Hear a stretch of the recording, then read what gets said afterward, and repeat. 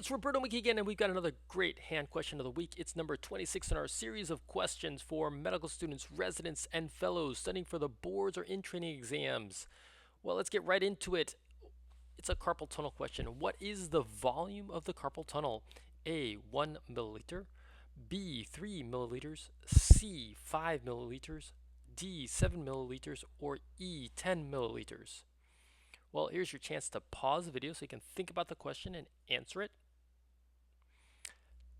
The carpal tunnel has a volume of around 5 milliliters.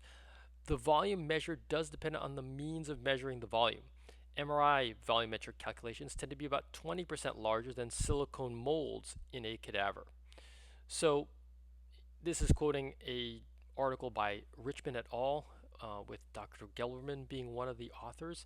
And it's an article from 1987, but it's a classic article talking about the volume of the carpal tunnel, and it's one of those questions that's always asked by attendings to the medical students or residents in a case, but it's around 5 mLs, and the answer is 5 mLs.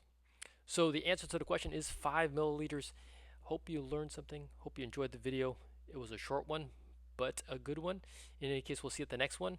Remember to like and subscribe so you can continue to support this channel. Thank you.